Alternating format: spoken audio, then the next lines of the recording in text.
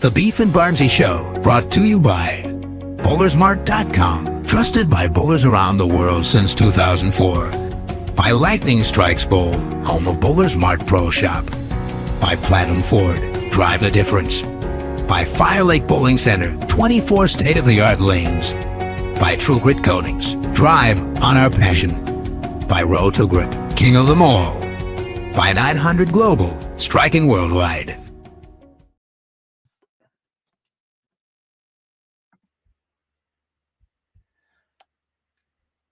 Good morning and welcome back to the Beef and Barnzy Show. And we got a good one for you today. Not only, as usual, I am Barnzy, joined by the inimitable Stuart Williams. Beef Stew, how are you today? Coming to you from England. I'm doing quite well, Chris. Yeah, I've had a bit of a break. I get back on a Friday, so been visiting the parents. So had a good time over here. Sorry I couldn't join you last week. We missed out on my favorite subject, me. So yeah, I won a bowling tournament. So that was fun. And then I got on a plane. Well, there you go. I don't know what I had more of, long view jet lag or actual jet lag. Long view jet lag's actually a thing. That is a long tournament. Yeah. And then it's a long pain in the ass drive home as well for me the next day. Yeah. And then it's like you get back in the room at like 3:30 or 4 a.m. and then you're like, well, I want to have a full night's sleep. But if I do that, that means I won't get home till 5 o'clock tomorrow. That's insane. So yeah. I'm bowling a tournament in Texas that finished on Saturday, and I'm not getting back to my house until 5 p.m. on Sunday. What? So, yeah. Aaron, thanks for joining us. Glad to get to catch us live. I think you're going to catch a good one here. Well, without much further ado, we do have an esteemed guest, and so I don't think we should wait a whole lot longer. Yeah, right. They seem shorter when you win than they do when you lose, though. I can tell you that. Yeah, I did cruise home. It just took a minute. I didn't want to go on the freeways when I was falling asleep, put it that way. So basically, I'm living in the South region, living in Florida, where now the regional director lives on basically in the East, and so schedules everything up there. Prize fund was a little better than the Southwest region as well. Yeah, maybe so. Whoa. All right. No. I mean, I could make a joke here about me being white, so they'd leave me alone. But wow. All right. Okay. Let's get the real talent on the show in here. This gentleman is a University of Indiana graduate. He's interviewed Bobby Knight, which is a pretty cool thing. He's been a PBA lane man. He's been the lane man for USBC pattern developer for the USBC for a long time now. And as I was reminded earlier today, of all the lane men, he is the one with an eagle. He's not taking a direct swipe at JJ there, but maybe more so me. But welcome to the stage, Nick Hoagland, an esteemed college bowler. You actually, people forget you bowled a lot until we trapped you into being Satan. So good to be with you guys. Yeah, I bowled a lot. I was good at the time, and then life carried on. I've put on a few pounds, and now I design the patterns and push the buttons, which is enjoyable as well. Oh yeah. You get a lot of really positive feedback for that, don't you? I haven't seen him pressing many buttons either. That's always done before the tournament. Then we let the real experts press the button and make sure it's fair. You're accurate, Stu. You can let Kristen get yelled at. Yes. Yeah. He's better at pushing the button than me for sure. Leave that to the little people, right? The big bosses, they delegate. They delegate well. So, all right. So you are here as somewhat the USBC's representative.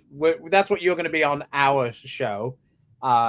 So we're kind of breaking down why, what, and how the USBC changed the rules with urethane. I think the women's tour is by far and away the simplest because they're just not using urethane anymore, right? There's some use, especially with the two-handed players, but no, I meant they're not allowed to use urethane anymore. Sorry, exactly. Yeah, that's all I meant. They've actually got the cleanest of all of it. Yep. PBA has got the USBC, the two majors. We can't use urethane, but then we've got 78, and then college bowling's a bit different, and then junior gold's like possibly the most contentious of all of them. I think. Have I kept up with all the changes about right there, Chris? Yeah, I think it's best. We'll let Nick explain. You were on the committee, on one of the committees that had influence in there. I'm not sure who was on the final one that the equipment inspects committee that made the final say, but I don't know that that's even important. But I know you're one of the obviously smart people in the room and have input here, and you're well versed on this. So explain to us. All right, at the league level, who's it affect? At the league level, you can throw whatever equipment you want. Right. Which is at the bottom of the pyramid where most of our customers reside. Right. And then so at the local state level, they make their own determination, right? What they want to do. And then collegiate, you can use everything for a while. And then at nationals, then it becomes 78, or is it out? So you want to talk about collegiate nationals. So I'll answer that question in a second. Just to back up for a second, I wanted to just kind of set the stage.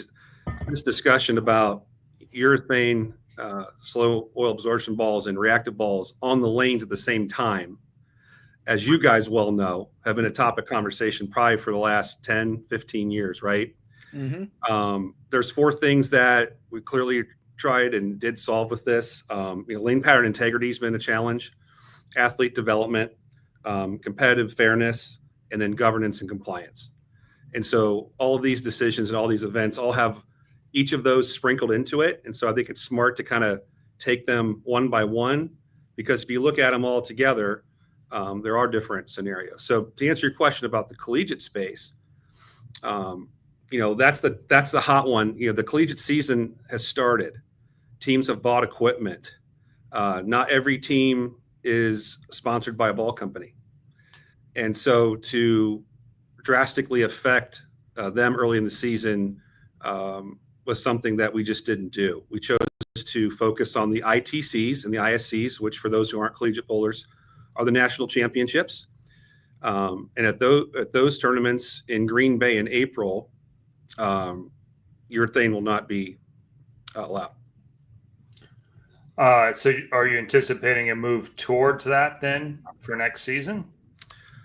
That I'm not sure of. So I can tell you that there's an ongoing conversation and will be all season with collegiate coaches who are the stakeholders. I can tell you guys, if I took my USBC hat off, I run 3 of the biggest college tournaments of the year. Mm-hmm. And, my phone has already started ringing about what are we going to do, we being the tournament operator. And this year, we're not going to make any adjustments to the rules. So I think it'll play itself out over the course of the season, and we'll gain more feedback and see what happens. But the understanding of why that rule for that segment is important, it's partly because the season started and teams have bought equipment. That makes tons of sense. See, that's why we have smart people on. They get more channels than me and Chris do with information. This is 100%, Nick. We use this analogy all the time, like when they talk about ball companies specifically. Right. It's like the people who just bowl league, they get the CBS broadcast. And then like the people who are like maybe a little bit further up the food chain, they'll get like, not further up the food chain, but like more into bowling. They're going to get, maybe they'll get a couple of other games, out of network games. And then, like, you know, maybe the professional bowlers will get the red zone, and then the ball companies will get like Sunday ticket. And then, like, Chad and you guys at head office, you know, HQ, you get like the coach's film. Like, a great way so to put you get the information coming in from every direction. And that's kind of why decision making from the outside can seem like absolutely ridiculous if you don't have all of the information. Like me and Chris look at that college thing and think, man, that's weird. And then you just go, well, the season started. And me and Chris go, oh yeah, that's totally reasonable. Yeah. Well, it's a great point, Stu. And you know, I often get asked, you know, I'm a contractor here at USBC, and I love the work that I do. I care about the sport. I love the sport. That's why I do it. And so when I'm asked about things, you know, this is an expertise area for me. Mm-hmm. And so I have no problem with folks disagreeing with my thoughts. Chris and I disagree all the time. Stu, we disagree all the time. That's okay. Mm-hmm. But just to have a conversation around it, so everyone has the facts and the thought process is important. Yeah, and I mean, I think for you, it's a hard job because you kind of want to understand the thought process of the bowler to create the challenge, whereas you also need to find a way to disregard that information all at the same time. Yeah. Because obviously, like, you know, everybody's bowling for a living in the professional level, and they're like, everybody's talking about their own self-interest. That's just the way the world works. It's not complicated. Right. But like for you, it's like you hear some information, you're like, oh, I never really thought about that's the way they're looking at X, Y, and Z. Oh, that makes a lot of sense as to why they keep fucking up this pattern that I keep putting down. Right. Like, you know, I mean, I understand, like most of the lane guys, I'm sure you're like super frustrated when you watch how the guys bowl the pattern, when you have an idea of, hey, they're going to probably do this. And when we do something different, I imagine you're at the back going, oh, well, why did they do it this way this time? It's a great perspective. Look, I worked on the tour for 5 years. I wanted to be a pro bowler. I wanted to be Emilio Monticelli when I was a kid, right? And so I look up to pro bowlers. Even when I was on tour, watching Chris bowl in his prime was a joy to watch. And I understand that at the professional level, both men and women, you guys are making a living doing this. This is very serious. Like, and so whenever something doesn't happen the way maybe I thought it would, it's a learning experience for me to listen and have constructive dialogue about, hey, how can we do this better? That's really the goal. And as you guys know, success or failure of the patterns, we're just trying to make it so that when you guys leave the lanes, you go, that guy won and he deserved it because he bowled the best. And that's just easier said than done. But we're trying like heck to do it. Spending the time and the money. You know, I think folks don't understand that, you know, USBC flies me around the country to do, Chris, in the old days, you know, I'm Lenny. I'm doing pre-tournament checks at the centers. I'm testing patterns for the, you know, specifically for the US Open, the Masters. We have collegiate kids who aren't bowling the tournament who sign NDAs, come in and test so that I can get real reads on the ball reaction. And even with all that, I still don't get it right all the time. And so the urethane reactive conversation has added to left-right balance, you know, high rev, low rev balance, one hand, two hand balance. It's made it challenging. Since you were doing the lanes you were still doing it on the tour in the mid 2000s. And at that point, urethane was effectively dead. Right. On the tour, it was anyway. Right. I don't think even Korea was using it in the international realm. What was your goals and philosophies about building a pattern then versus, say, in the last year? How much has that changed and why? That's a great question. Sorry, just one quick. Like, I term it like, what percentage of the time that you spend like building that pattern is spent on like what would happen with the urethane? Well, I just in general, because I mean, maybe. No, I just wondered that part of it as well. Like how much? No, it's a great question, and so the answer is there's a process that I go through that gets to the end result. Okay, so I could sit here for an hour with you guys and list This is variables we're talking about, right? 3 shows to so do. Let's this. just we're cut that out and say, save us some time on that, right? So, but to your point. 20 years ago, 25 years ago. So, you know, the original PBA animal patterns were my designs. All right. And so back in those days, we had 5 patterns, and the distances were 37, 39, 41, 43, 45. That was the min max on distance that we determined with input from the players committee, by the way, that was acceptable. All those patterns were some form of a tree. Some of them had forward and reverse oil. Some of them just had forward oil. But back then, the idea was to give the players a variety on a 20-week tour. And so the guys were bowling 20 weeks. So they'd hit each pattern 3 times. And then for the majors, they'd hit something special. All right. And to your point, Chris, the only time I can remember someone making a show with urethane was Frank Caccione throwing a Vector 2. I don't know if you made the show in Philly. Is that the show you won? I don't know if it was. Maybe Randy won. But he threw a Vector 2 up the gutter on Cheetah. And that's the only time I ever saw it. And so that wasn't, to your point, Stu, wasn't a concern. Mm-hmm. It wasn't a variable. But starting in probably around, I saw it starting, I think, in 2018, where urethane and reactive on the lane at the same time, oiling for the highest levels, really became a challenge.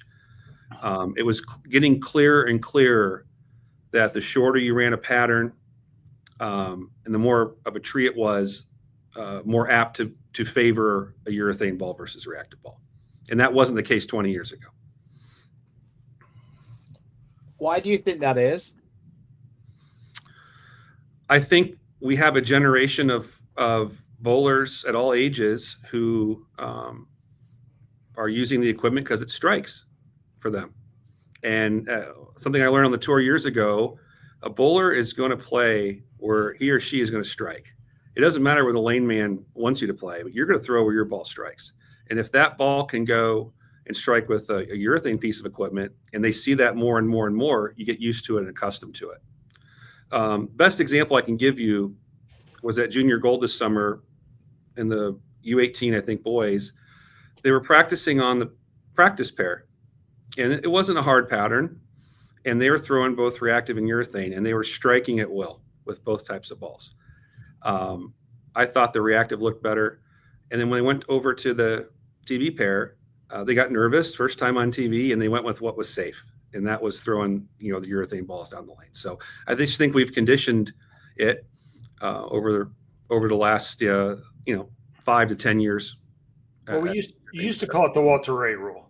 Right. The ball with the most control, red ball 5. The one that hits the pocket the most, and wins basically, because the earliest rolling ball that goes through the pins does win because it follows transition the easiest. And now urethane covers that.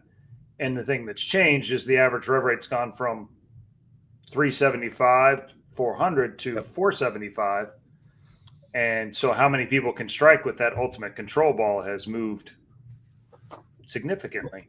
And to add to that, that's a great point, Chris. The lane surfaces are getting older. Double J mentioned this when he was on with you guys last week. There are a lot of bowling centers that put new lanes in, call it from 98 to 03. That was sort of the thing you did. You got rid of your Guardian and you put in new lanes. Those surfaces are all 25 years old, guys, and they're not getting replaced today. There's investments being made in scoring and other things, but lane surface is not at the top of the list. So you have this erosion of lane surfaces throughout the country that adds to that as well. I would contend that none of these surfaces were worse than the wood and Guardian that we were bowling on. Agree, 100%. And yet we managed to cover it up then, but we're not covering it up now. Right. So the thing with the urethane, I think, is the most important. When we didn't have the urethane on the lane, Chris, 20 years ago, we'd put out Viper or Cheetah, something short, right? And it would hook uncontrollably for 2 games, and then it would blend itself out, and it would be fine. And we could probably accomplish pretty good left-right equity with maybe a 1 or 2 board shift, depending on the surface and the pattern, right? Today, you guys on the tour, I take Jackson, Michigan as an example. We're going 37 feet, and that pattern is probably 42 feet after 2 games because the ball's just pushing this oil down. And so the intent of the pattern just doesn't stay. And that, I think, is a challenge to conditioning lanes, especially at the highest levels. We've talked about it a fair amount on this, and I think the tour has really gone to where basically you throw urethane until the pattern's 44 feet. Yeah, right. and you have hold at 12. Well, that's an interesting. So why hasn't someone developed a product for resurfacing synthetic panels? Sounds like a great business opportunity for precision diesel injection. There you go. No, I think it's more a case of understanding what the issue is with why that doesn't exist. I guess is more. Yeah, so there was a concept.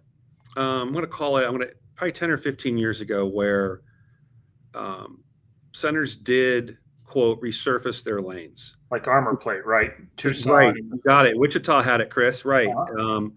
But it was a very delicate process. I saw a lot of centers that messed their lanes up because they used, either too much of the resurfacing agent. It left marks on the lanes, and it wasn't always the right thing to do. It didn't always work, and so that never kind of caught on. And so what happened was, oxide underneath there was pretty rough. Right. And so proprietors over time got rid of the Guardian. Their wood had been cut for 30 years, and they put synthetics in the late 90s. And we're still bowling on those same surfaces today. Yeah. Cycling back to this whole thing too a little bit. So I assume you talked about just going to 78 for even the college, but because the season started, you didn't want to go to that direction.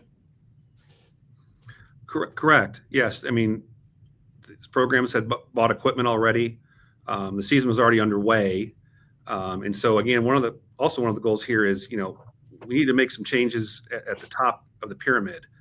And these measures, we think, obviously have affected the least amount of people possible. So using that same ideology, because by the end of the season, you feel like 6 months from now, people have time to make an adjustment, right? And so the Nationals, the Nationals rule is 78, or is it no urethane? I'm going to read from it. It says, for this season, urethane. I've read enough of it now. I've got. I'm check me. Urethane bowling balls are not allowed at the 2026 USBC Intercollegiate Team and Singles Championship in Green Bay. Okay. So for sectionals, they can use whatever balls they want. Now that's in April. Yep. Junior Gold is not till July. Correct. Why would you allow those there then? You already have Junior Gold qualifiers started for 2026 under the current rules. And so again, the thought is the change needs to be made at the highest levels of competition. Okay. From a governance standpoint, with 3,500 kids bowling, changing centers every day, trying to monitor and regulate that would be a challenge. And so the decision was made, hey, we're going to let them use this equipment to affect the least amount of bowlers up through the match play finals. And then when that match play finals hits, the top 16, they'll be able to change their equipment out just like you guys do at the U.S. Open. Right. I was about to ask that. And then only the reactive, urethane will be allowed in the match play portion. And so, like, the natural question I'm sure you guys are going to ask me is, will that affect the pattern design of qualifying versus the match play? Because there's two different sets of rules. And the answer to that will be yes. So you'll use a different pattern for the match play. Well, I think traditionally we switch patterns every round, but I talked at the beginning of the comment was like there are all these variables that go into what the final pattern or patterns are. This is one more. So, hey, for the match play portion, urethane bowling balls will not be allowed. And this is why we have an expert on. Why can you make junior team under two sets of rules, 78 for half the tournament at Junior Gold and no restrictions at team trials? He just talked about it's not 78 though at Junior Gold, right? It's all urethane through the front until you get down to 16. Hold on, let's make sure. I think it's on the Junior Gold piece. It's 78 in hardness for match. 78 is the Junior Gold. Yeah, let me make sure. For the 2026 Junior Gold Championships in Minneapolis, there'll be different ball rules for urethane equipment and qualifying advance rounds. Qualifying advance rounds, the only urethane balls allowed will be 78D in hardness. The Purple Hammer and Storm Pitch Black are not allowed. For the match play finals, no urethane bowling balls are allowed. So purples are allowed, then 78 is allowed, then none allowed? Is that right? For the qualifying and advance rounds, which is the majority of the tournament, right? Right. The only urethane bowling balls allowed will be 78D in hardness. Okay. The Purple Hammer and Storm Pitch Black are not allowed. See that one sort of argues with the college rule a little bit. Like, just I don't necessarily have a dog in that fight. I mean, I'm obviously not going to bowl a youth event. Yeah, but that kind of argues with the point a little bit. They're kind of contradictory to what the college logic is. The logic for the from my understanding, the logic for the reason why there's no restrictions at team trials is because there's no restrictions on world bowling. So why would you want to limit the people who would succeed in the Disneyland of regulations where everybody can throw with everything? Would that be a reasonable synopsis? Yeah, I mean, for team trials, there's no restrictions. Yeah, for Team USA and international competition, we also have to go back to, one of the tenets of this organization is athlete and skill development, and that's across the board, and especially at the Team USA level. We want our athletes to continue to develop their touch and skill, but if urethane equipment is going to be allowed internationally, then we also don't want to handcuff our athletes competing on the world stage. So for the Team USA trials, knowing that urethane equipment is still being allowed, the decision was made to allow them to use it. That's why. And I assume if IBF said, "Hey, we're going to adopt a 78 rule or a no urethane rule," then Team USA trials would follow suit pretty quickly. Yeah, I wouldn't be able to comment on that. I don't know, but yeah, I think it's just I mean, logically that would make sense. Yeah. Yeah, you pay attention to the marketplace and all these different facets to see. Stu, you're good point about the urethane rule being different for junior gold to collegiate, and we'll have lots of feedback on that, lots of commentary over time. So yeah, I mean, I'm not criticizing. I'm just saying that seems like a little bit of a Dakota. I think you just bumped in. Just let me finish this one, Chris. You said, you bumped in maybe a little bit after Nick had already gone through that. They've got a way in which they can just re-register all 5 balls, so there isn't really a ball spot issue because you could have 5 different balls for the finals. Correct. That you had from the others. USBC championships. Yeah, so USBC Open Championships and Women's Championships. The only urethane bowling balls allowed will be 78D in hardness that were produced after August 1st, 2022. Purple Hammer and Storm Pitch Black are not allowed. And anything that's older than urethane that's older than August 1st of 22 is not allowed. So does that mirror the PBA rule for lack of a better? Yeah. Right. And so the other thing I'd say is, to each of the bowlers and each of these events, letters have gone out and will go out to each customer to make sure that they understand what changes. For a lot of customers, they don't throw urethane, so this, doesn't affect them.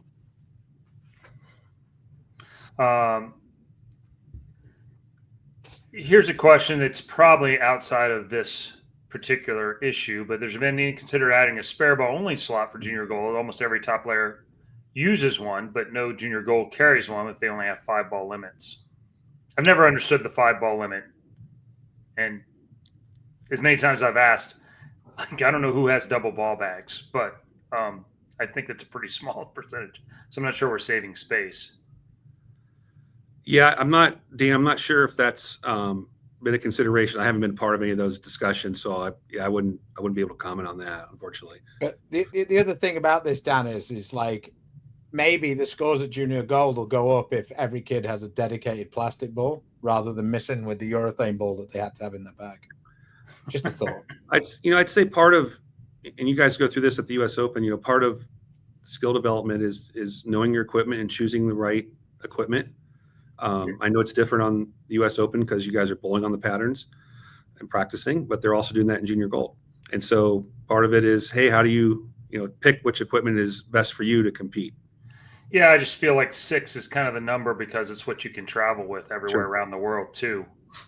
When we bowled World Bowling Tour events, it was basically a 6-ball arsenal. Yeah, it just kind of seems like how the world works right now. It's like an odd thing with acres and miles and some of the things we use, but airlines have kind of dictated what you can take. And it used to be 8 balls, now it's 6. And but Hey, Patrick, you kind of answered your own question when you first started talking about the using more surface on the ball. This is something that's totally impractical to be able to police. Yeah. And as I've said to Chris many times, if there's no way to police a rule, it just isn't a rule. Right. It's a suggestion. And that's we had these arguments back in the day when we were bowling the international tournaments where we registered and we didn't write if it had a balance hole or not. So my argument was I should be able to add a balance hole to this ball because it's still legal and it's still that ball. And the guy said, no, you can't. And I said, you have no idea which ball I'm going to put a balance hole in. You don't know whether any of my balls had balance holes or didn't have balance holes. Well, that's the same with this. There's no way to police, like realistically police what the surface is because the surface is constantly changing more than the hardness is. Yeah.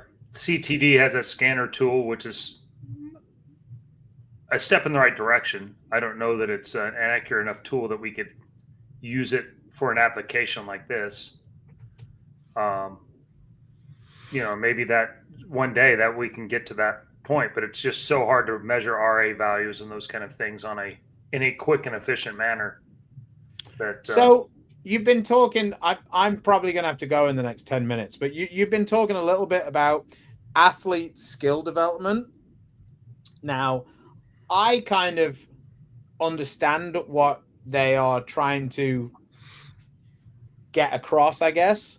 But I think that the rest of the public are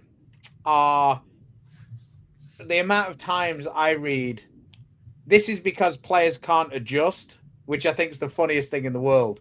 They're getting rid of urethane because players can't adjust, but actually the urethane is making it so that there's less adjustments required. So can you maybe go through kind of the thought process of like outside of lane conditioning, kind of like what athlete development you mean, I guess, if that makes sense? Yeah, I mean that's a great question, and it's a broad answer. I mean, lifelong participation in the sport, from league all the way up to being the Masters champion is as you continue to get better, you participate more, and as you get up the pyramid, and up the pyramid, by the way, is the Open Championships for 10,000 teams and for 4,000 women's teams. The more skilled you are in any sport or any endeavor, the more likely you're going to do it. And so I think particularly with the young folks in youth bowling and collegiate bowling into Team USA, the versatility, at least in my opinion, folks are becoming more specialists than generalists. And Stu, to your point, hey, throwing urethane and striking with urethane, is that a skill? Yes. What I'm seeing are less, folks who are versatile and more folks that can do one thing well. And that's not athlete development. That's not skill development in our mind. So, and we're seeing that more and more with the urethane equipment on the lanes. So I go back to, the most versatile player I probably ever saw bowl, no offense to both of you, is probably Norm. And, Norm could puck it up 3 and he could big wheel it at 25 and you win both ways. And, I don't see as much of that skill development today. It's funny that you used Norm as an example, because I actually used him as an example probably 4 or 5 weeks ago when we were talking about this before you had it out. And I said that if Norm was competing in this era, Norm Duke wouldn't exist. What?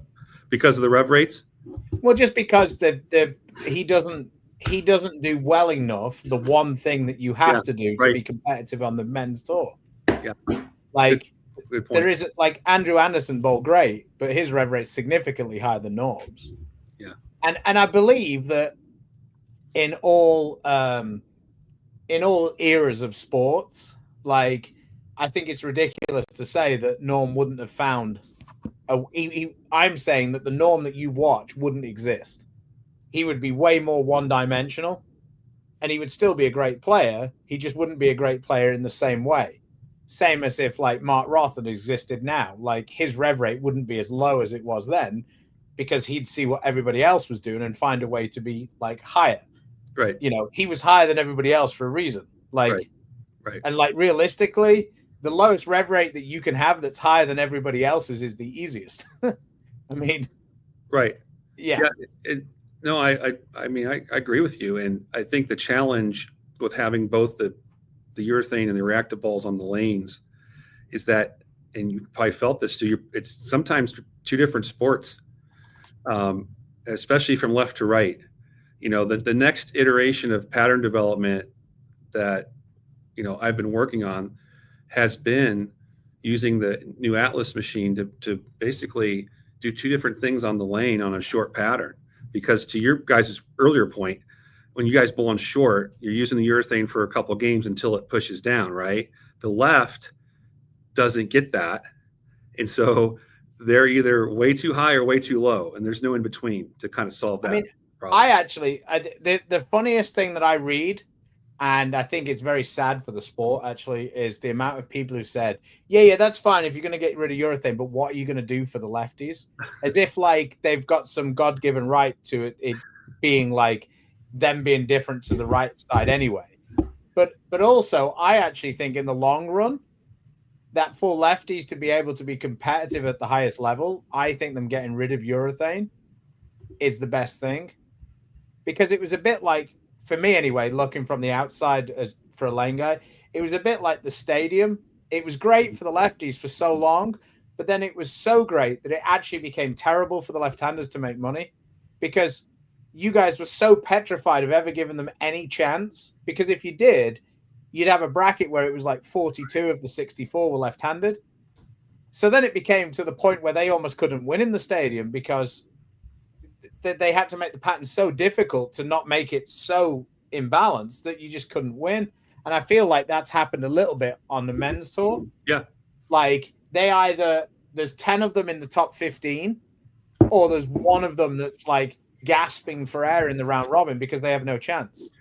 I agree with you. And that's in the report. You know, some of the information that I provided was these kind of traditional multi-angle trees that we've been bowling on for 20 years just don't work with both types of equipment on the lane for one of the reasons that you suggest. It's difficult to do that. And so what we've had to do over the last few years is we've had to force people into zones, sort of like retro way of bowling the lanes, where we're telling you, hey, you're going to throw it here. And that's contrary to what we've been taught for the last 20 years. And so that's been a change for folks. But I have faith that the greatest bowlers always figured out whether they're right, left, they hook it, they throw it straight. I mean, I remember my old boss at the PBA talking about Chris, saying, I was telling him one day, like, hey, Chris's ball didn't roll well here because it's at Southwick Lanes, Chris. It was wood, it was looking early. And he's like, Nick, Chris is the best in the world. If I put a wall in front of him, he's going to figure out how to strike by throwing the ball over the wall. And I just have faith that these folks that are using urethane will figure out another way to score. So really, from my point of view, just really quickly, do we, I guess this is a data gathering almost as such, like, because you're never going to know what's going to happen. It's impossible to know what's going to happen when you eliminate the urethane balls, because literally that's never happened before. Because obviously these rules, as I see it anyway, as someone from the outside, the rules that we have right now aren't really sustainable. Like, I don't see that as having like 6 different sets of rules for the tournaments is very realistic. Is this, in your opinion, or I guess that's not really fair to ask because is this a trying to find a better solution all round? Because it just feels like right now, like, I don't think you can have junior tournaments where they can use some urethanes, but not all urethanes, and then they can't use any urethanes. And then obviously the college thing is probably going to change in some direction, but we're not really sure which. So are we just trying to gather data to understand better where we're getting to? I mean, that's not the point of it. I think that data will come in from the marketplace because, you know, this is the new rules for each of these events. As I mentioned at the beginning, you know, there were certain challenges that we're solving through this while trying to minimize the impact, to as few people as possible. And so I think the changes that were made, again, in the vein of skill development, if you're going to the Open Championships, you're not just bowling league. You've committed to spending time, resources, money. You're probably drilling equipment, and so that's a different skill than bowling your league. And so I think that there's been a good balance here between all of the different changes. To your point, Stu, I think we're going to learn some things over the next year. But what's set in stone for this season is a go. And a lot of it has to do with going back to, there's a lot of comments in there about, because it is confusing, and you have to read a lot of different places to say, hey, okay, what does this apply to me? Does this apply to me? Does this apply? Does the UC3 from 5 years ago, can I use that at nationals, at the USBC and the Open Championships? And I think the answer is no, because it's after August 1, 2022. But there's some things financially trying not to overly impact people and having to buy a ball in a very short time frame is part of this, at least. Well, I also think outside of the sport, I'd ask both of you guys, what would be the impact on the manufacturers to remove these balls out of play completely? That's a significant question. I got to be in the 10 to 20 million range. Are you talking about if they had to replace them, or they just weren't making them anymore? Oh, well, no, then it wouldn't be as much, because I think those balls would be replaced by it'd probably take 3 reactive balls of trying things to replace a urethane ball up front. Yeah, I mean, I think that no matter what, the arguments will go on because that's bowling and we love it, and everybody wants to fight for their own corner, and you only have to look at that. If you could see how many people I've muted who want to tell me what the results were in, I don't know, Bulgaria or Azerbaijan of a tournament because kids could use urethane. The one thing I would say that I think is very disingenuous that's been put out there is that this is super, super bad for kids because all of the kids use urethane, and it doesn't take into consideration the opportunity cost of all of the two-handed kids have an incredibly massive advantage over all of the one-handed kids with urethane. And how many one-handed kids are we losing because they just have no chance whatsoever? And that isn't taken into consideration when people say, well, why are we punishing all the kids? Because we made it easier. We don't, somebody said, well, we don't take away sand wedges. And it's just you guys are fucking impossible. And the thing is they go, there isn't anything comparable in golf. And it's yeah, there seriously is. The belly putter was bullshit and they got rid of it.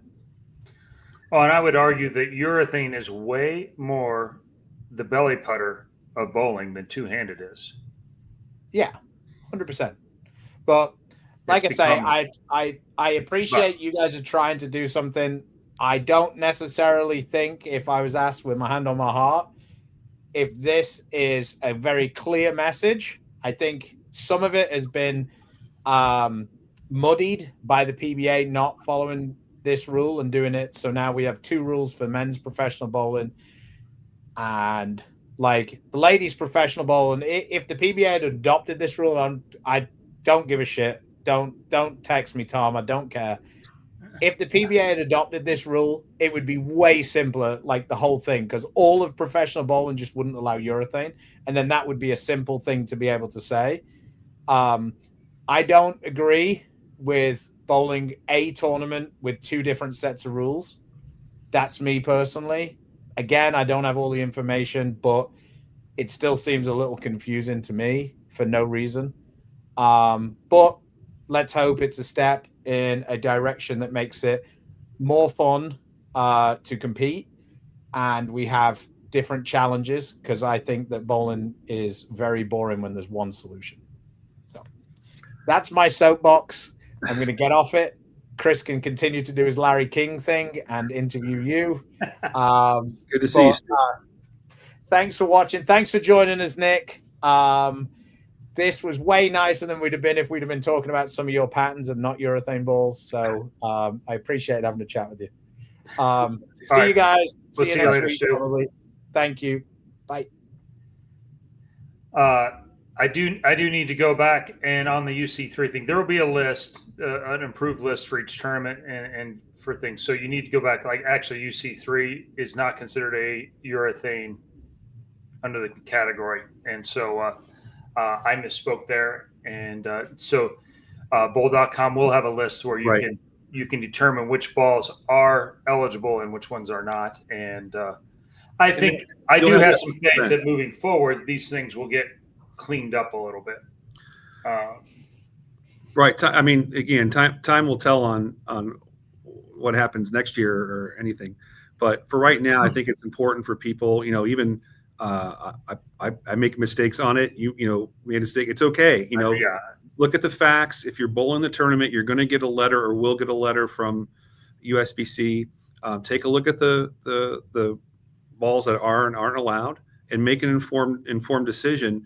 Chris, you could bowl. I'm just thinking on my top. You could bowl Team USA, US Open, PBA, Senior. You would be a candidate to have 3 or 4 sets of rules, right? But most folks aren't going to follow that one is category. going to be the simplest for me because now it's just basically the PBA urethane rule across the board, 78 hardness, and that's one of the things we wanted to minimize one of the goals here is try to minimize the impact where you can. And on the PBA 50 tour, that made sense. You do have a standard set of rules for your entire season, including the senior masters and the senior year. US Open. Yeah, and it's stepped down a little bit, and whether that goes forward or not. I think this brings up, because you see, banning this, banning that, and one of the biggest issues you brought it up, and is that the two technologies don't coexist peacefully. One changes the environment tremendously for the other, and so it does end up playing into a fact of basically the highest rev rates now have a tremendous advantage. The Walter Rays, the Norm Dukes, there's not really a place. I would say this era's version is somebody like a Frankie, tremendously accurate, one of the best spare shooters on tour, has won majors, is a really good player, but has an extremely hard time competing because the part of the lane that he's best at, now high rev rate players, they use urethane, which lets them play over there, but at the same time that carry down negates his ability to play there without it. And I think that's a hard thing to understand when you're not in that environment on a regular basis. Bowling on house shots, you just can't get it accurate when there's no free hook to the right, and you have to create that hook to then have that carry down as well. And it goes to a more philosophical question, though. Maybe that's okay. You have to hit it 300 yards on the PGA Tour now as an entry fee. I think versatility is probably the most important thing to me, but that doesn't mean that that's the best thing for bowling. And maybe it's better to just swing as hard as you can every time and be able to use whichever club you need to. And by and large, that's what golf has kind of turned into. And does Frankie need to become, Bryson DeChambeau if he wants to be among the top players? It's more of a philosophical thing because that's where this is kind of going. Urethane has made it to where really only the highest rev rate players are having consistent success. And that may be what you're seeing on the PBA tour. For USBC, I'm responsible for just the Masters and the US Open. So I get 2 shots at it every year. But I'm seeing that, Chris, and especially on the shorter patterns with the urethane and the reactive on the lane at the same time. And that's why you've seen, and we alluded to it in the report, I call it radical pattern structures. And we take shots about how they look. But at the end of the day, we're trying to not favor any one particular style or hand or ball. We're trying to have a fair and equitable competition, and it's okay to strive for that. And so I think on some of these designs that look a little different, you don't have to hit it 300 yards to score. Norm Duke led the Masters 2 years ago, was it? Frankie has won the US Open. You have different styles that can play. And it's not to say anyone's doing it wrong. We just feel that, we want the results to be equitable. And so that means that the pattern may not look like a Christmas tree. Right. I think, when you're putting out an event, what are your parameters for a successful event? Yeah, it just depends. Yes, to JJ. I just think it's it's a great question. There's only really 5 of you that do lanes for a lot of different players, and you see more than anyone. Right. Between juniors, college. The best example is the U.S. Open. I ran the stats, and we spent 50 or 60 hours on the U.S. Open. And this is not a plug about the work that we're doing here, but from having the lane machine shipped in early to doing my own pattern design to doing my own testing before anyone actually bowls on them, we started with 24 patterns to start with. And now the goal at the U.S. Open specifically, Chris, is 3 angles to win. And the reason for that is for, the majority of the tournament, you bowled 3 squads and we didn't re-oil. So you played out, you played in the middle, and on C squads, you played 6th arrow and prayed. And so we still want that. We want 3 angles to win. And so the testing process, I'm looking for different ball reactions. I'm looking for 3 angles. I'm looking for a particular scoring pace. It's the U.S. Open, so it's going to be harder. Now that we're bowling at Woodland Bowl years to years back to back, trying to make the lanes play differently so that you guys don't see the same thing every year, trying to overcome the topography, right? So all those go into the mix of what we're going to run. So specifically this year, the 4 patterns that ended up with, none of them were trees. And by the way, all of them were symmetrical. And we had fantastic left, right. We had fantastic balance across the board. But you have to spend really the time, the research to test this. You can't just put these, the track strips pattern out on a whim for the U.S. Open. You got to test it and bowl on it. And we do that work. And so for that tournament, those are the parameters. For other tournaments, it's different. Okay. So for a PWBA tournament, what are you looking at? Is it left? Is it right? Is it rev rate? Is it angles? Or is it changed from week to week? Is it more of a season long? Yes, that's a great analogy. I look at the PWBA schedule as an 18-hole golf course. Okay. You got to use your driver on some holes, 3-iron. We change it every week, not just the distance, not just the scoring pace, not just the ratio, but the shape. And typically, we minimize using the same type of oil configurations from week to week. So that allows us to give maximum variety to the players. The player of the year should be the person who was the most versatile, probably won a couple times, but also had skill across all these different patterns, right? They weren't a specialist. They were more of a generalist. Yeah. This is an interesting one. For Team USA trials, how much time would it take to verify topography of each lane and adjust the designated pattern to overcome each lane's topography? David, it's a great question. I've never been asked that before. I'd ask, why would you want to do that? So the first part of it, to verify the topography, we have topography reports, as part of the USBC and ACE and inspection system. So I have access to that. But the lane leveling within 20 or 40 thousandths of an inch is very minute. And I know folks get a little riled up sometimes on the internet when they see the graphs and they see, lane 3 has a little more red than lane 4 at a certain point. And Chris, as you know, it does affect it, right?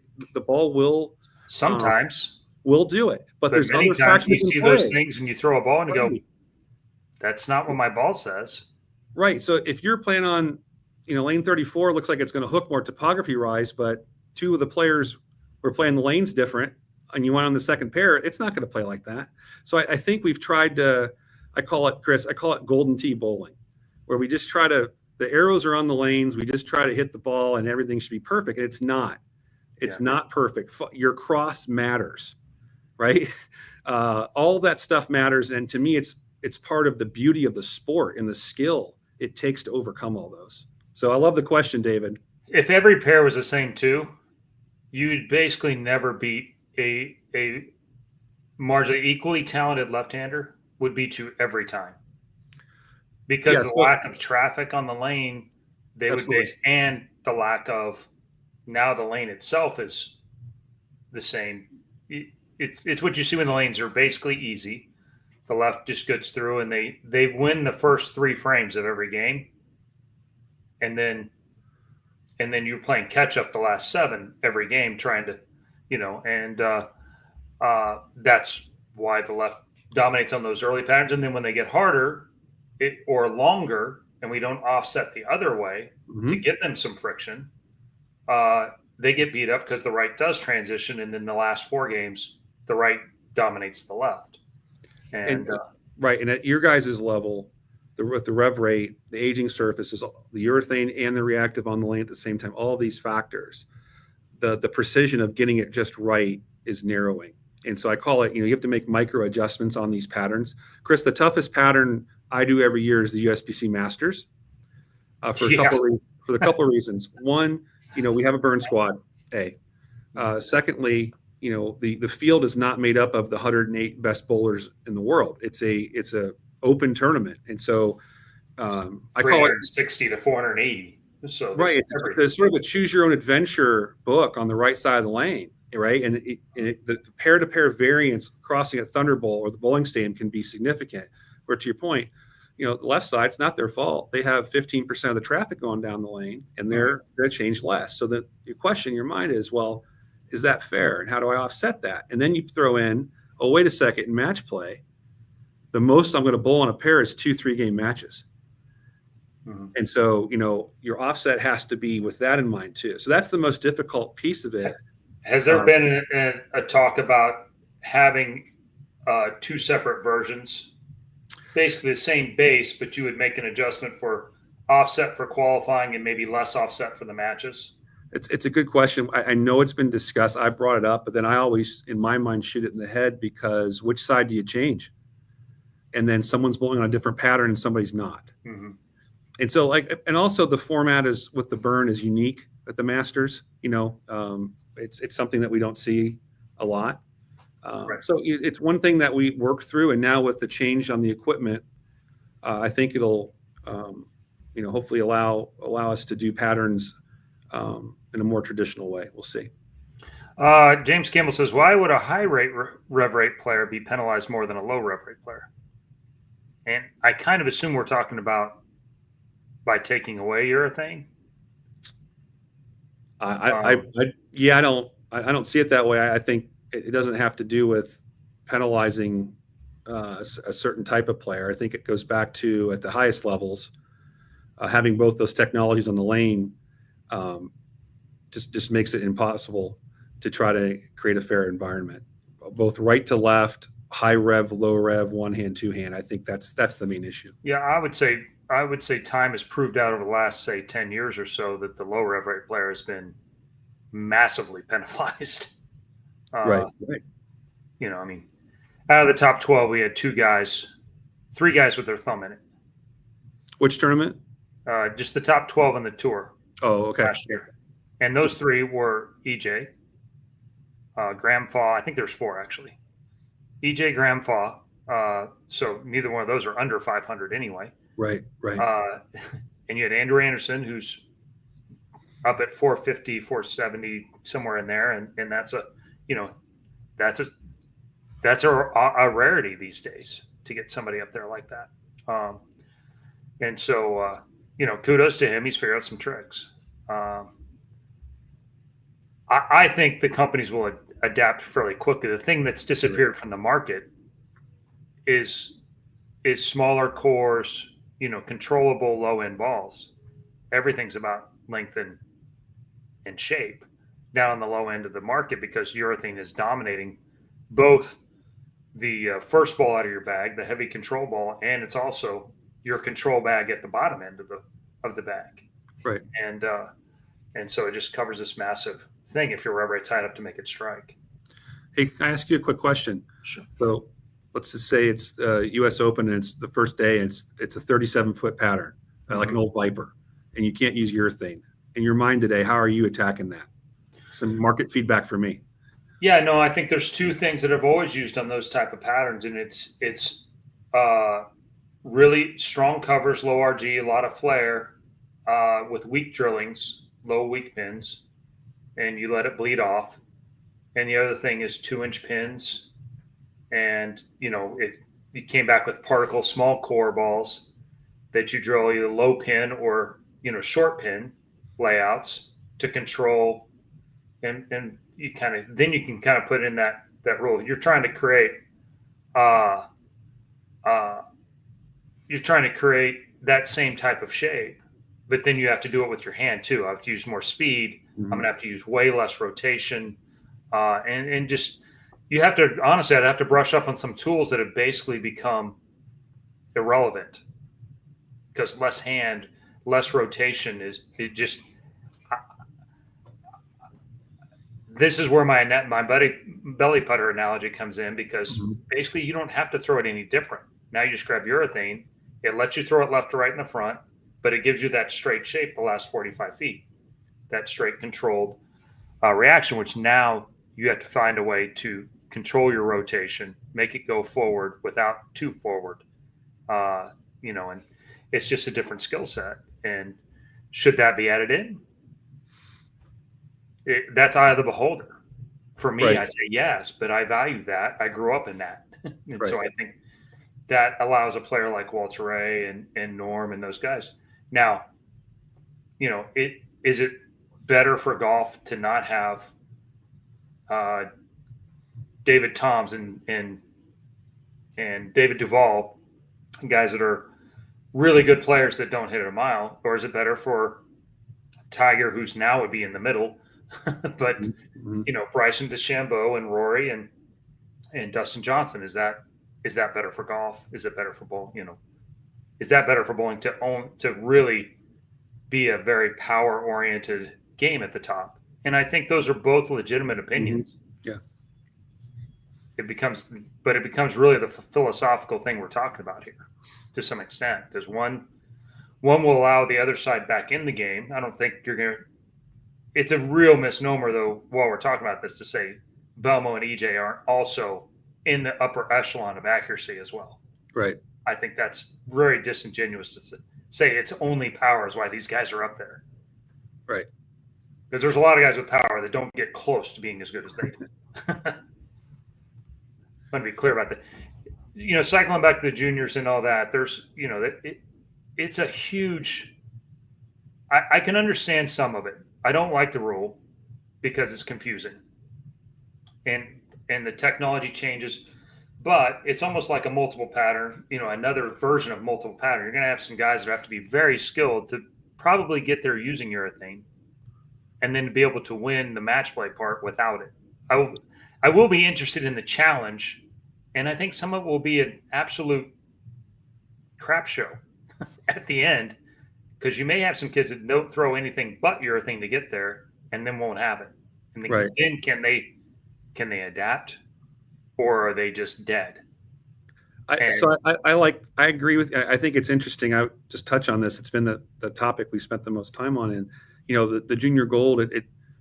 This rule change ensures no tampering. And then it makes them use two different technologies. To your point, Chris, you can get there throwing one technology, and then when you hit match play, it's something different. The only other option that we'd have, and it's far from perfect, but to ensure no tampering, would be sort of a complete ban, and that's just financially not reasonable. So again, I think it's easy to poke holes in things and welcome the conversation, but I think we made a really good stride here on putting forward a plan. And I'm just as interested to see the feedback in each segment of the market, from the PBA professionals all the way down to the college ranks and junior gold and the women's tour, all that.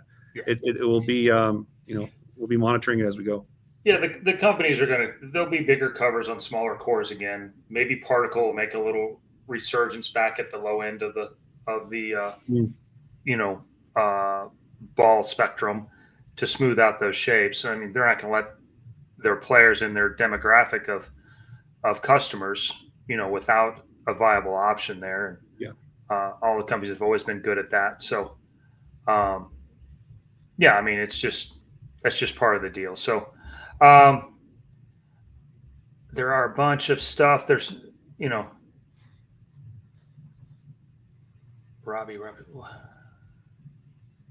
Chris, who paid the most money to ask a question today?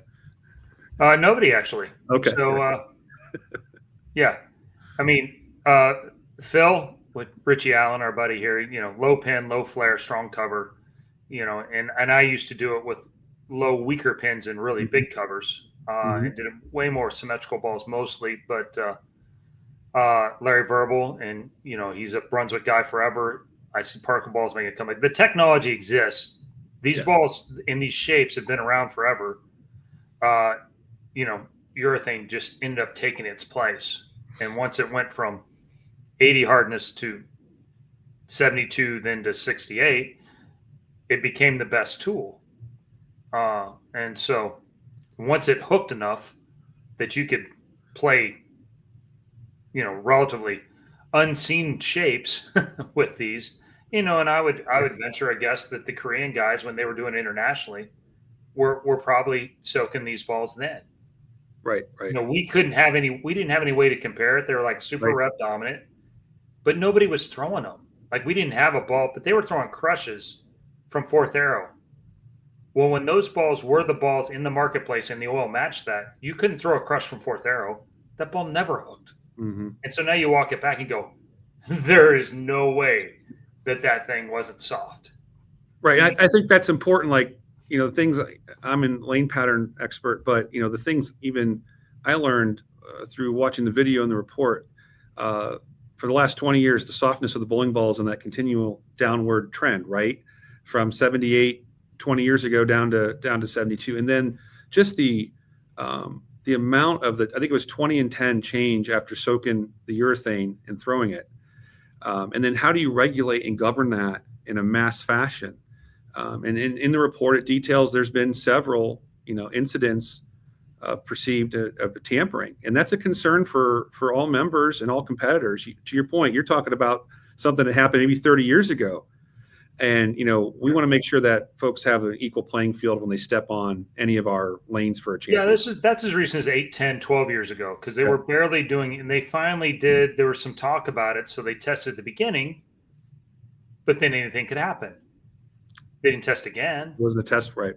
And so you just did a quick durometer. No, it's legal. It's good. Troy could hook up an ice. Right. I'm like, man, he gets after it, but it's not like he's the only guy that gets after it. Like, why is it hooked so much? And then you watch Packy's video on a plastic ball and you go, oh, that's how you do it. Because that thing hooks miles. This is interesting. So why didn't they ban urethane in the 90s? Ironically, the PBA Players Committee unanimously voted to ban urethane off the PBA Tour. And this is back when basically the PBA was at the front of governing ball rules. The 75 rule was still in effect, which everybody followed. The USBC ABC rule at the time was 72. So kind of going back to everybody going, well, why does, USBC, why didn't they do this? Why didn't they do that? Well, now they are doing something, and now you're mad because it's not the thing you want them to do, or it affects you. Everybody wants change until it affects them. And I'm as guilty as anybody. I want to change. I just don't want the things that change what I like. But so the players did vote unanimously to ban urethane from the tour. And think how much different bowling would look now if we were still throwing polyester. Right.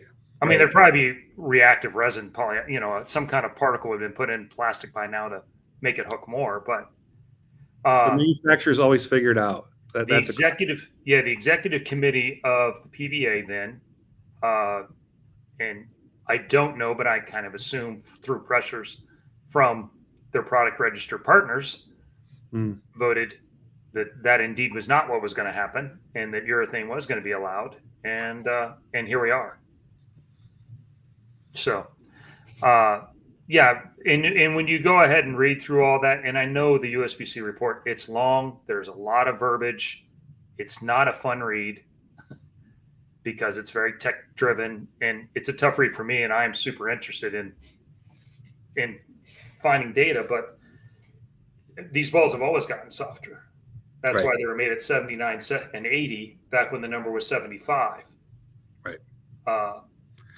But the lane surfaces then were wood, and balls got tracked up, so they didn't use them for 2 and 3 and 4 and 5 years. Right. You didn't get through a season before the balls were all tracked out, and you're resurfacing them. And guys on tour didn't resurface them because they could get new ones. They just drilled new ones for the next block. Yeah. Right. And you wanted to get through the front of the lane. You did not want to track. You did not, 600 grit. That was, yeah. I mean, so anyway, gosh, where else are we going to go today? Where else would you like to go today? I'm happy to answer whatever other questions your viewers have.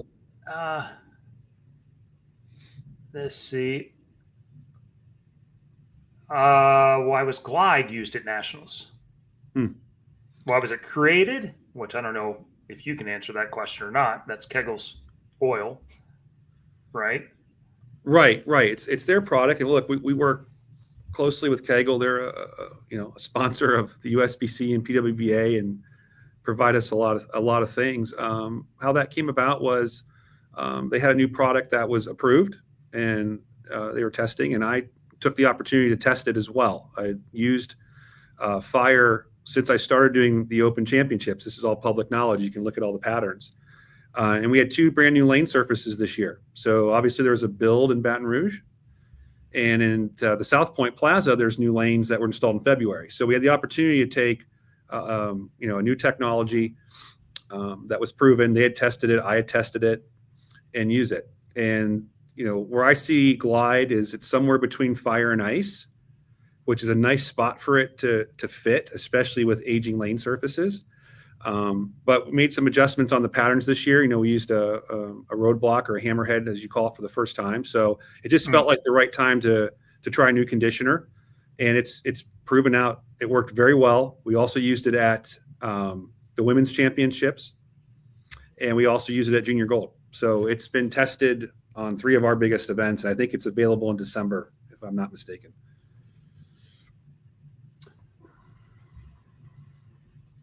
Yes, I assume you're talking about Junior Gold. Yeah, it's going to be like the U.S. Open, where once you make a cut, you can readjust your ball list, because obviously some kids had 5 purple hammers on their list this year, and so obviously you have to have an A ball you can use. Right. Yeah. So obviously they'll have we look at those as it's a new round. And so when that match play round hits, they'll be able to change out their arsenal, all 5 balls, and then they'll check them in, and we'll have folks that are inspecting them and checking all those in at every site to make sure everything's legal and compliant. Matt Ogle says, for the non-PBA people, I have a new in-box Brunswick BTU for sale at $5,000. Don't lowball me. I know what I have. Matt, shouldn't you be fishing? And now you got Charlie tapping. The humor part of our show is now coming in. Can I use the urethane ball with a handle? I'll hang up, but I ain't listening. So,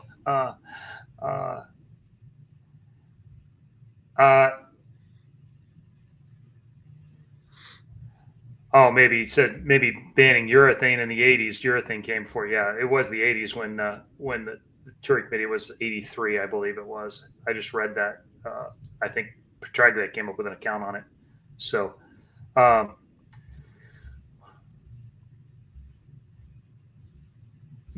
mean, I think you could make an argument that maybe, either technology, just one or the other, would be maybe best for the game.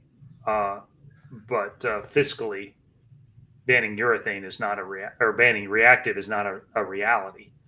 And so, I think someone that was in the report, it didn't name the bowler, but it mentioned that something to the effect that our goal should be to have the most amount of people playing the game the same, the sport the same conditions. And what we've seen over the years is, we're creating 2 different games on the lane at the highest levels, where these technologies really have a tough time coexisting. So I really think that that's a driving force for these changes, and that you'll see a difference on these events in 2026. There you go, Larry Verbal. He's got the info. Yeah, that's right. I think technology will continue. It is tough because Kegel has a monster share on the market. So how much more R&D do they need to do? It's not. It's really motivated much like John Davis has been over the years. It's motivated by best for the game over necessarily profits, because there's not that much money in developing tour oils and oils for 500 RPMs and in these tournament environments so much when 95% of your business is to a center that has leagues. Yeah. And bowlers just want to strike. Right. Right. I mean, then that kind of plays into your nationals pattern, the team event, and everybody's talked about how hard it was, and it was difficult. I don't know that it was any harder than doubles and singles in Reno was a few years ago. Right. Very similar. I think what's changed short patterns. House pattern is about 16-1 now, and so people have no idea how to create hook. Or, I've always said amateur bowling was about managing hook, and professional bowling was about creating hook. Yeah. And that was a tough combination too. Most of the hook was in the middle. And so, but when you go from 16-1 and everything is so, you have to be speed dominant basically to be a good league bowler to some extent. After game one anyway, because it gets so cliffed that speed dominant players are better. And then when you bowl on flat patterns, that's not the case. Well, and also on that, Chris, just even simpler, most house patterns today, good ones, are between 42 and 44 feet. 10 years ago, it's probably between 38 and 40. And so both those patterns at the OC you referenced, this year's team and the doubles and singles in Reno were both short patterns. They're, I think, 38 feet. And when your ball doesn't hold and it hooks in the middle of the lane, that feels like it's dead flat, or, the old school term, reverse block. So the short pattern that's flat, the average bowler will struggle on that more than a flatter, longer pattern. Oh, I don't think it's not a downgrade. Everybody struggles on that. Yeah. Where it used to be long patterns, nobody liked to bowl on the shark because it was 43 feet. 43 is just that's just Tuesday. I mean, that doesn't even register anymore as a long pattern. That's probably Viper of yesteryear almost. I mean, 43 now is probably 37 from years past. And you said, it's all about, it's like playing, if you've only played checkers, when you play chess, it's hard because you can't see the board. You don't understand where this move and this move is going to lead to because you're not in that environment. You play on hold all the time, and the one thing you definitely don't have is hold. And that goes back to the earlier comment about the original PBA patterns. They were 35, 37, 39, 41, 43.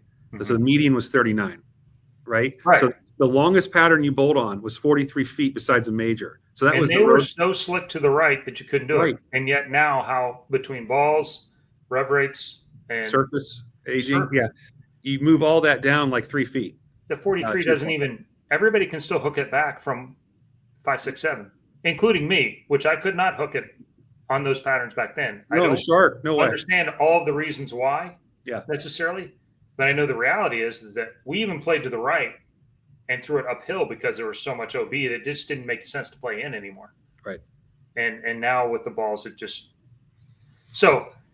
Having only reactive, would that solve everything? Of course not. Yeah. It's going to change the challenges, and the manufacturers will adjust, and then the players will adjust, and then the hysteria will pass, and everyone will figure out what to do.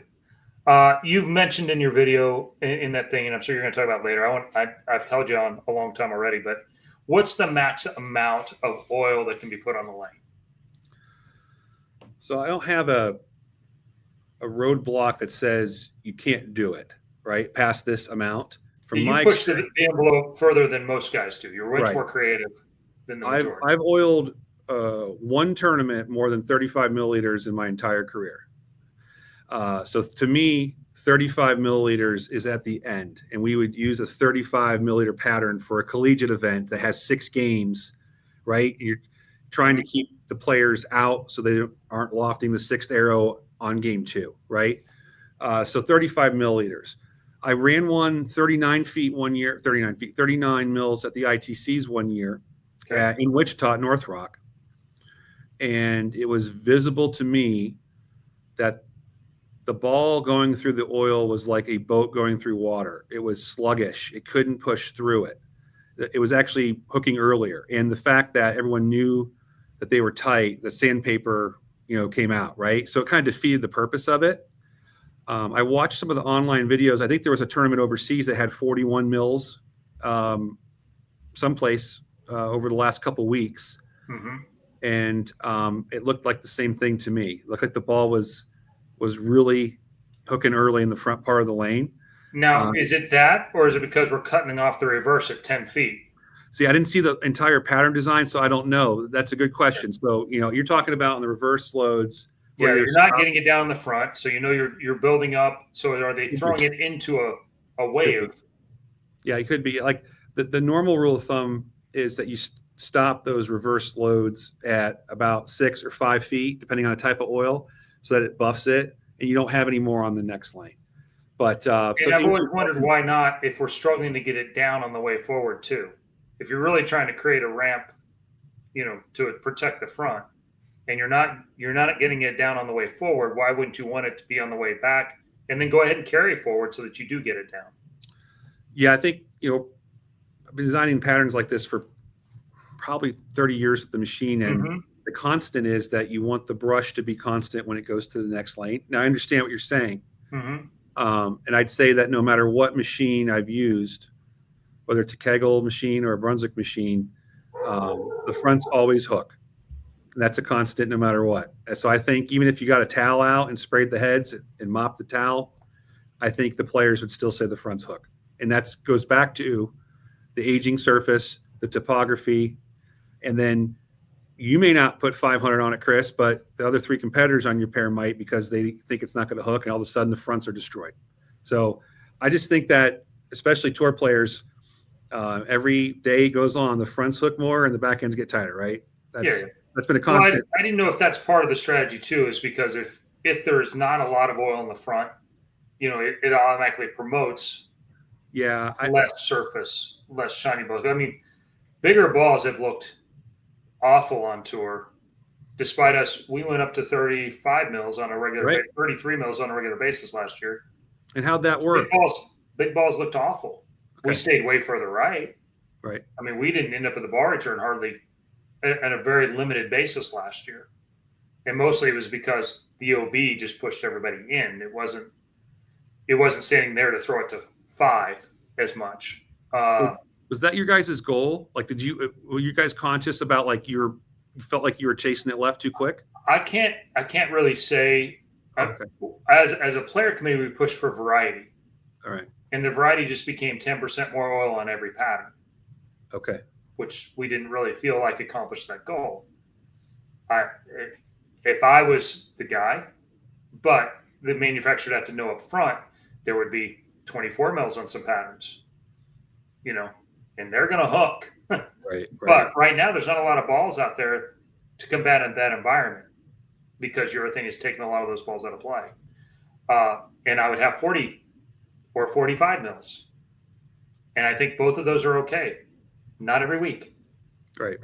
Most will be in that middle, 28 to 33, 35 range, because that matches the balls that are being manufactured fairly in the rev rates that we have. Not necessarily, people go, well, there's only 26 mils in our house pattern. Yes, but none of it is in the outside 8 boards. Right. If you fill out those 8 boards the way that you do, then now they're all of a sudden, we've added 16 of the 39 boards and are now back in play. Well, that would be like the equivalent of having 42 units on the lane. Yeah, the best way to analyze that for me was the women's tour. And so I think we had a pattern, was 18 or 19 mils this year. We had a low volume one, and it hooked. And to your point, Chris, it hooked in the front, right? And then we had some that are in their 30s. And again, it's that variety you're talking about. Yeah. As Stu says, just for clarity, Clark has never had any issues. Tom Clark, the commissioner of PBA, has never had any issues expressing our opinions on the show. He doesn't agree with them, like many. We don't even agree with each other sometimes. So that's and Stu hopes that he didn't make it seem like he has been like that in the past. I don't think so. I think we all have reasonable, like you and I, we see things differently, but we both want the same thing. We want bowling to be the best it can be. You want right to left equity. You want multiple angles. You want, these things that,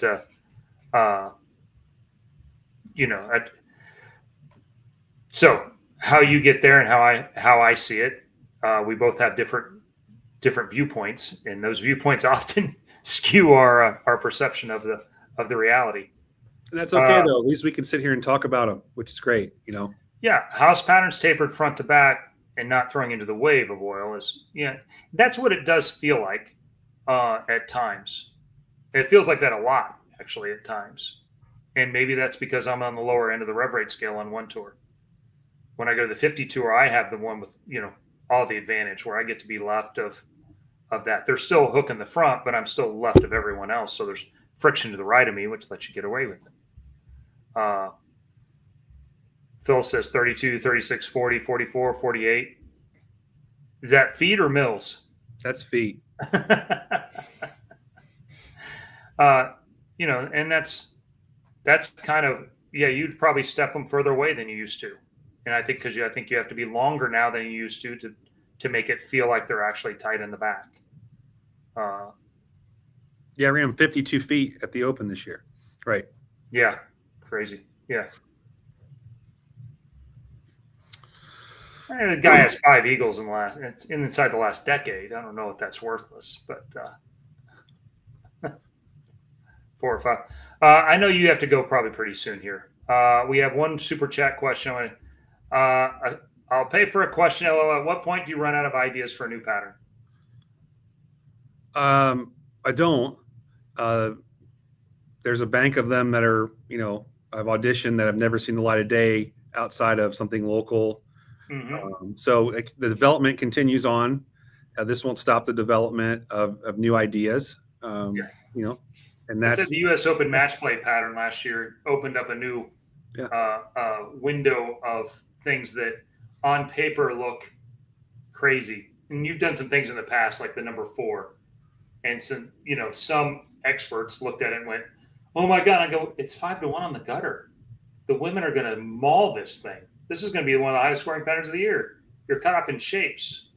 Correct. And the graph shape and the reality of how oil melts together are not the same. Well, I think the last thing I'd say is it's even with our announcement, it's let's let the data tell the story.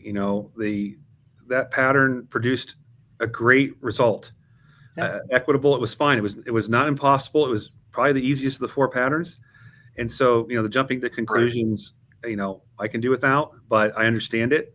It was wild to look at, like, holy smokes. I mean, there's not much volume. Right. And there's all these speed bumps, and what is that? And then we bowled on it, and it wasn't. If you played them wrong, it made it look like strips. Correct. Like, it looked like all the strips were this way versus, right. Lengthwise. But, it didn't end up playing, it looked relatively normal pretty quickly to watching at home because I didn't get to play on it. But anything else you'd like to bring up? You have to do a bunch of. I gotta run. No, we're good. Thank you for the opportunity. Good to see you again. And please tell Linda, Ryan, and Troy I said hello and enjoyed it. And let's just do this again sometime.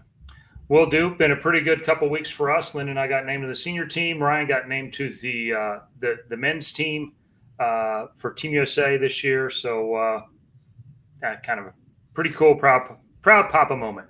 Right. So. Okay. Hey, it has been a pleasure having you on, even as an Indiana grad, and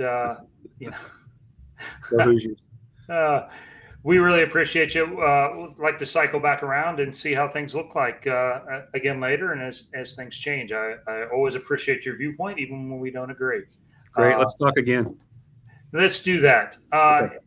We'll be back Thursday. In between now and then, please support the sponsors that support us. Storm, Rotogrip, Niner Global, Coolwick, Bowler Smart, Fire Lake Bowling Center, Lightning Strikes, and Platinum Ford. Until next time, stay safe, stay healthy. God bless.